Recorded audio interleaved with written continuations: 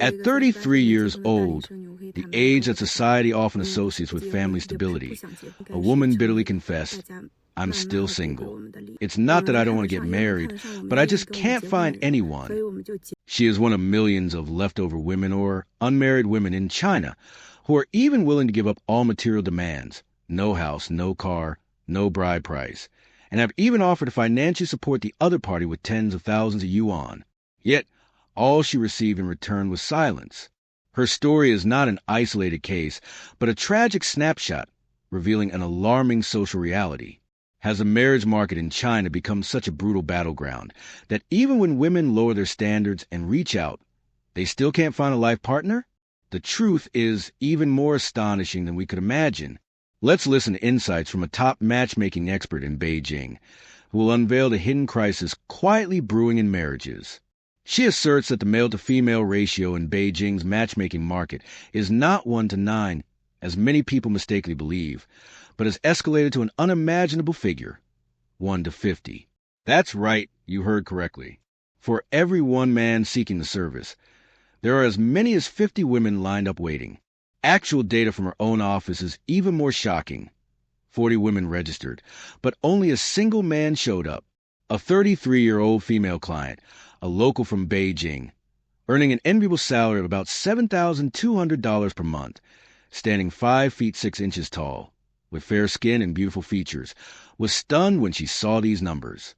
She finally understood why she, a woman considered elite, had been repeatedly rejected over the past few months.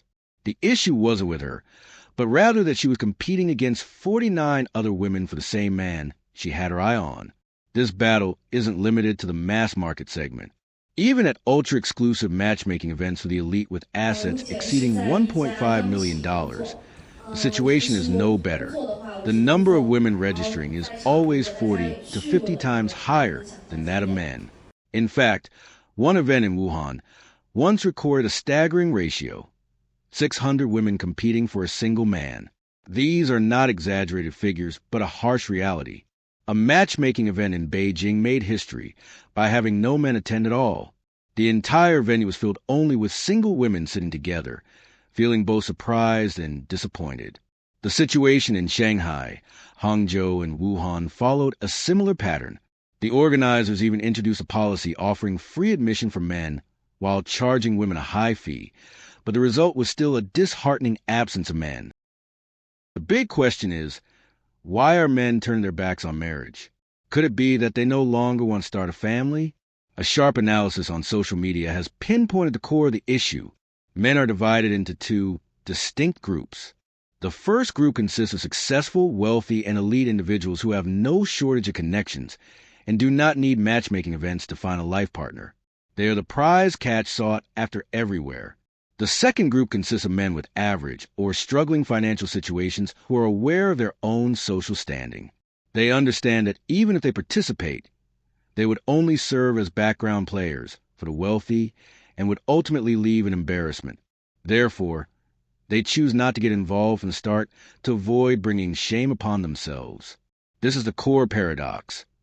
The marriage market in major cities does not reflect a national gender ratio, but rather functions as a distinct ecosystem where qualified men become extremely scarce. In Zhengzhou, the male-to-female ratio at matchmaking events is 1 to 43, and that's still considered an optimistic figure. Men who feel insecure about their appearance, finances, lack of a home, or car have already excluded themselves from the game. They joke about themselves, saying, "Poor unattractive, only 4 feet 10 inches tall. How could I dare to ruin someone else's youth?" On the other hand, many women, regardless of their personal circumstances, still hold on to the hope of finding an exceptional partner. This creates an ironic scene at matchmaking parks. Thousands of older women crowding around a small number of limited options, but most ultimately leaving disappointed. Notably, many women over 35 who own homes and cars have become much more practical. They no longer demand lavish gifts and are even willing to bring their own assets into marriage just to find a sincere man to build a life with. Yet, even that concession doesn't seem to be enough. An internet user offered a bitter yet insightful metaphor, comparing older unmarried women to leftover dishes in a restaurant. Why are they considered leftovers? There are 5 reasons. First, the dish looks unappealing. Second, the flavor is unpleasant. Third, the dish is old and has lost its freshness. Fourth, it's obviously leftover from another table. And fifth, it's a carelessly prepared dish being sold at an exorbitant price. Economic pressure is weighing heavily on men. Those without money often lack the confidence to attend matchmaking events. As for the wealthy, why would they settle for leftovers when there are countless fresher options available? And those fresh choices are truly emerging, creating a new, more intense wave of competition. The generation of women born after 2000 is flooding into the marriage market. Data shows that while up to 20,000 Gen Z women are getting married, only about 2,000 men of the same age are doing the same. What does this mean? It means that the majority of these young women are marrying men from the 1980s and 1990s generations. This is devastating news for single women born in the 1980s and 1990s. Most quality men from their generation have already settled down. Now, they not only have to compete among themselves, but also face a younger, more dynamic generation in the race to win over the few remaining elite men. The rise of short video platforms like TikTok has only made the situation more complicated. These mini-dramas, featuring dominant CEOs, luxury sports cars, and mansions, have inadvertently planted unrealistic illusions about marriage in the minds of some women. They begin to dream of Cinderella-like life, where a wealthy CEO will love them unconditionally, no matter who they are, a poor girl, a terminally ill patient, a single mother, or even just a girl with a chubby face. These dreams, though seemingly harmless, are creating an increasingly wide gap between expectations and reality. In that context, a live matchmaking show caused a media sensation. A 28-year-old female guest, who called herself Noodle Sister, appeared wearing a mysterious face veil. She introduced herself as an independent, self-reliant woman who doesn't party, has no bad habits, and values inner beauty more than material things. Her criteria for a partner seemed very simple, just someone over 18 years old with a kind heart. Her story about spending 8 years of her youth with a boyfriend who had nothing moved many people deeply. The stage began to heat up as the men stepped forward one by one to register. But then, just as the atmosphere reached its peak, the girl suddenly dropped a bombshell that left the entire studio in stunned silence. "Oh, I forgot one small condition. I want a dowry of $1.5 million. 10 million yuan. This figure was like a bomb exploding, blowing away all initial goodwill. Even the veteran host exclaimed, "Girl, are you daydreaming?"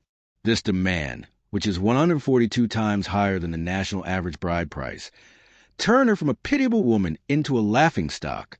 The public mercilessly threw stones at her, believing she had been brainwashed by short videos on the internet and lost touch with reality. Finally, under immense pressure, the Noodle Sister was forced to issue a public apology. However, her insincere apology, delivered behind a face mask, only fueled the public's outrage even more. People felt she showed no genuine remorse at all. If the story about 10 million yuan already seemed absurd, the next case took delusion to a whole new level. A 55-year-old woman, who claimed to have earned a doctorate abroad, presented an incredibly long and surreal list of demands for her future husband. The person must be taller than 5 feet 11 inches and hold at least a master's degree. The bride price must be 1.8 million yuan. He must own a car worth at least $15,000. After marriage, they must hire 2 full-time live-in housekeepers available 24/7. Finally, the husband must provide his wife a monthly allowance of about $15,000 for shopping and beauty expenses. Comments from the online community were both humorous and biting. "Ma'am, wake up from your dream. Even in my wildest dreams, I wouldn't dare imagine something like that. And you might still be a virgin, but you're already menopausal." These tragicomic stories are not just isolated cases. They reflect a deep fracture in perception of marriage and values. But that is only half of the story. The other half, from a male perspective, is even more blunt and harsh. A blogger made a controversial argument that many men agreed with. The concept of a high-quality older woman is a false notion, because a truly high-quality woman would never be single and struggling to find a partner. Men can easily distinguish between a woman who is attractive for dating and a woman who just gives off the vibe of being a spender. More importantly, a woman's assets, whether property or money, are often not seen as an advantage by men, since they are rarely shared after marriage. On the other hand, a woman's debts almost always end up becoming the husband's burden. And the most decisive factor, a cold biological reality that many avoid, is age. In traditional views, marriage is still closely tied to continuing the family line. An older woman means reduced fertility and declining health. For men, this is the greatest and irreversible disadvantage. This awakening among men is clearly reflected in the statistics. The marriage rate in China is plummeting rapidly.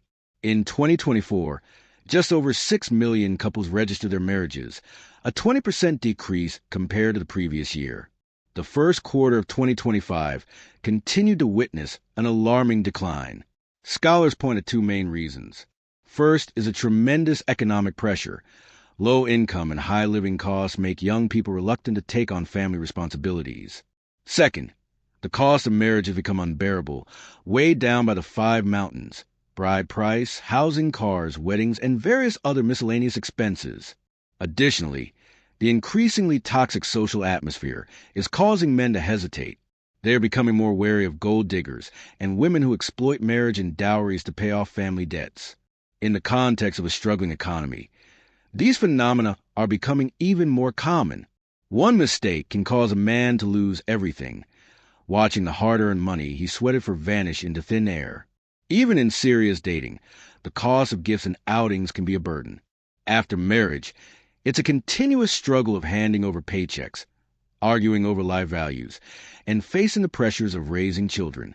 And then, many men realize a simple truth. They can live a happier, freer life without being in a relationship or getting married. They can use their money to take care of themselves, pursue their passions, and still have plenty left over. As this awareness spreads, people begin to ask a fundamental question: what is the meaning of marriage? Why do I have to get married? When half the population starts questioning this, it's no surprise that the marriage rate has plummeted so dramatically. This marriage crisis is likely just getting started.